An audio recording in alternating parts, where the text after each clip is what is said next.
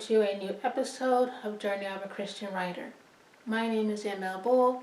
I'm a Christian and women's fiction author, and in this episode I'm going over 9 generic character types. Characters are the most popular story element and very important when it comes to creating a short story, novel, or play. They're the actors that put on a show when readers crack open a book, allowing them to get a glimpse in their fictional lives and the imaginative worlds created by writers. There are many different types of characters, but some significant differences play a crucial part in distinguishing which characters get most of the spotlight, and that is where generic characters come into play. But before I go over the different types of generic characters, I'm first going to discuss what generic characters are, because it's not really a term that is common among genre fiction. It's mostly a term that is most familiar with, like, American literature, for example. Generic characters are the most basic types of characters that identifies the importance, the transformation, and the description of story characters. In other words, they are characters that helps to distinguish the differences between characters. There are also 3 different categories that helps with being able to organize these different generic types of characters. And these include role, development, and description. First, I'm going to go over the role characters. Major or lead characters, I like to use the term lead characters when I'm making a cast list. These characters are characters that play larger roles within the story. These are usually the protagonist or main characters, or the antagonists or villains within the story. But they also can be supporting roles if they play a significant part within the story. Some examples of major or lead characters are Romeo and Juliet, Tom Sawyer and Huckleberry Finn, and Forrest Gump and Jenny Curran. The next characters of the role category that I'll be going over is supporting characters. Supporting characters, also called secondary characters, are characters that help to aid the protagonist or main character during their journey of character development. These types of characters can be various different types of characters, such as side characters, best friends, mentors, love interests, or other family members. One example of a supporting character is Flounder, who is Ariel's best friend in The Little Mermaid. The next characters for the role category is stock characters. And the stock characters have stereotypical attributes. These are characters that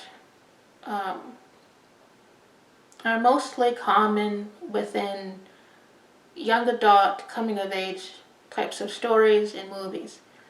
Some examples of stock characters are the teenage cast from 1985 film The Breakfast Club, as there is the rebel, the jock, the princess, the basket case, and the brainy kid, all of which are common story roles within young adult coming of age types of fiction stories. The next characters that I'll be going over is minor characters. Minor characters are characters that play smaller roles and usually have short scenes and lines within a story.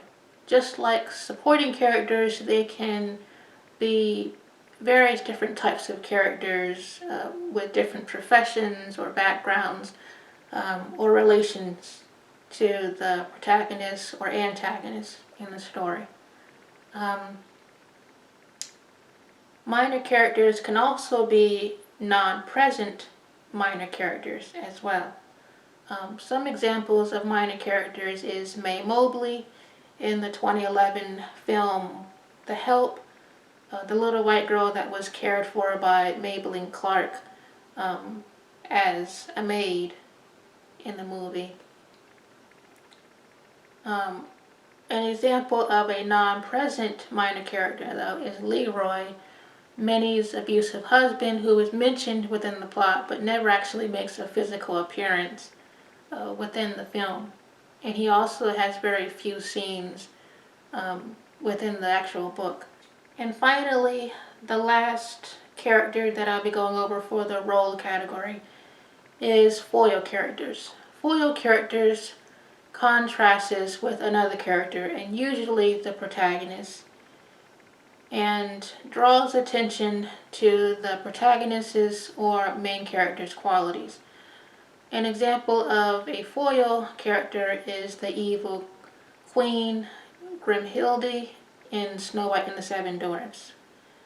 But that is all of the characters for the role category. The first, for category 2 of development that I'll be going over, is the dynamic character. Dynamic characters are characters that change or evolve throughout the course of the story. These characters have character arcs, and this developmental change could be positive or negative. And the final character for category 2 of development is static characters.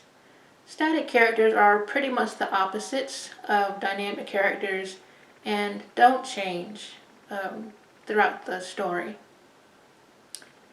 These characters can also be sort of thought of as flat characters because of having a flat character arc, which means they have no character development.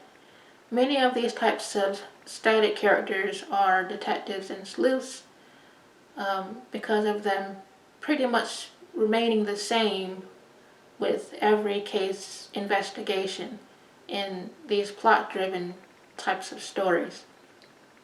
Some examples of detective static characters are Jessica Fletcher from the drama show Murder, She Wrote, and Agatha Christie's sleuths Hercule Poirot and Miss Marple, for example. In the final category of category 3, the first characters that I'll be going over is round characters. Round characters are three-dimensional characters with fleshed out physical attributes and developed or distinguished personalities. They also have a significant part within stories and make multiple appearances within stories. I think some good examples of round characters are within William Searle's Christian fiction novel, The Reason, and especially the character of Charlie in the story, who is a 7-foot mute character and the son of Pastor Jim and his wife Shirley. Even though he doesn't really say very much or anything at all, actually, because he is a mute character, but he still comes alive through his actions and his mannerisms in the story. I'll have that book linked below if you're interested in getting a copy of The Reason. And it's also a film if you're interested in checking out the movie. But I'll have both of those linked below. But anyways, the last character that I'll go over is flat characters. Flat characters are one-dimensional characters that have little or no physical attributes and underdeveloped personalities. These characters can also be thought of as characters that don't change, going back to the flat character arcs. Some examples of characters with little to no description, I think, is the mother and the baby in Flannery O'Connor's short story, A Good Man is Hard to Find. But as far as characters that don't change within a story, I think some examples is Darla, the little redhead, rambunctious girl, Brace's girl in Finding Nemo, as well as Crush the turtle and Bruce the shark that tries to eat Marlin and Dory in the film. But that is pretty much all of the different generic character types. When you take these different generic character types, you can combine them actually in different creative ways. For example, you could have a flat dynamic character or a round static character. There's different ways that you can combine these character types when you're building your cast, so that's something to keep in mind. Characters allow readers to have a well-rounded reading experience, and the differences in their distinctions can really help make stories more colorful and relatable, and their interactions can also help to bring stories to life. But that's all that I have for this video, and thank you for watching.